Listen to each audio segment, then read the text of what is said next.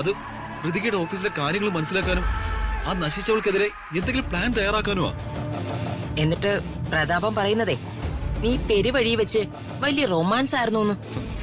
അയാൾ അതും പറയും, അതിനപ്പുറവും പറയും.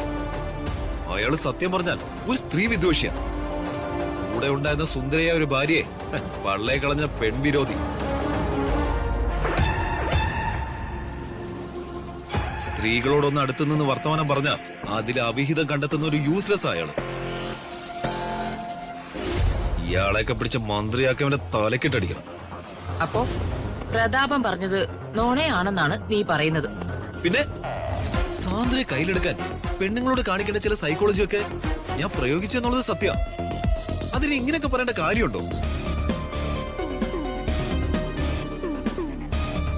അവരുടെ വിചാരണയിൽ നിന്ന് രക്ഷപ്പെടാൻ ഞാൻ നിന്നെ തല്ലാം. നിന്റെ കരണത്തിലിട്ട് ഞാൻ അടിക്കുന്ന ഓരോ അടിയും എന്റെ ഹൃദയത്തിലാ കൊള്ളുന്നേ. അതറിയോ നിനക്ക്? അതൊന്നും സാരമില്ല അമ്മേ. അമ്മ എന്നെ തല്ലുമ്പോ എനിക്ക് അങ്ങനെയൊന്നും വേദനിക്കാറില്ല. സോറി മോനെ. പോട്ടെ അമ്മേ, അമ്മ വിഷമിക്കണ്ട.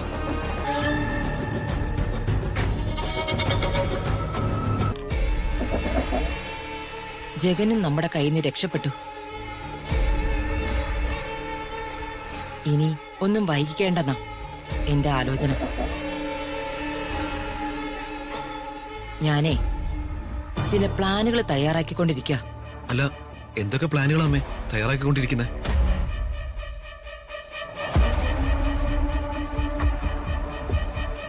അധികാരവും ബലവും നഷ്ടപ്പെട്ട ഒരു പ്രതാപൻ, ശക്തിയും ആജ്ഞാശക്തിയും ഒന്നുമില്ലാതെ ഒരു മൂലയ്ക്ക് ഞാൻ അവനെ ഇരുത്തും.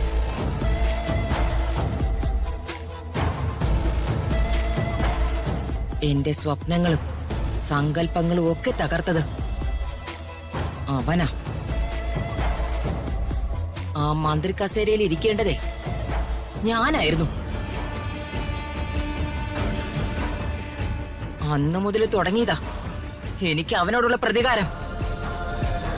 അവന്റെ കുടുംബം ഞാൻ തകർത്തു. ഇനി രണ്ട് ലക്ഷ്യങ്ങൾ അതേ എനിക്കുള്ളൂ. അവനെയും അവന്റെ മകളെയും ആ രാജുവിനെ ഇല്ലാതാക്കണം. അമ്മയ്ക്ക് വല്യമ്മനോട് ഇത്രയും പ്രതികാരമുള്ള കാര്യം എനിക്ക് അറിയില്ലായിരുന്നു. പ്രതികാരം അത് ഇന്നോ ഇന്നലെയോ തുടങ്ങിയതല്ല.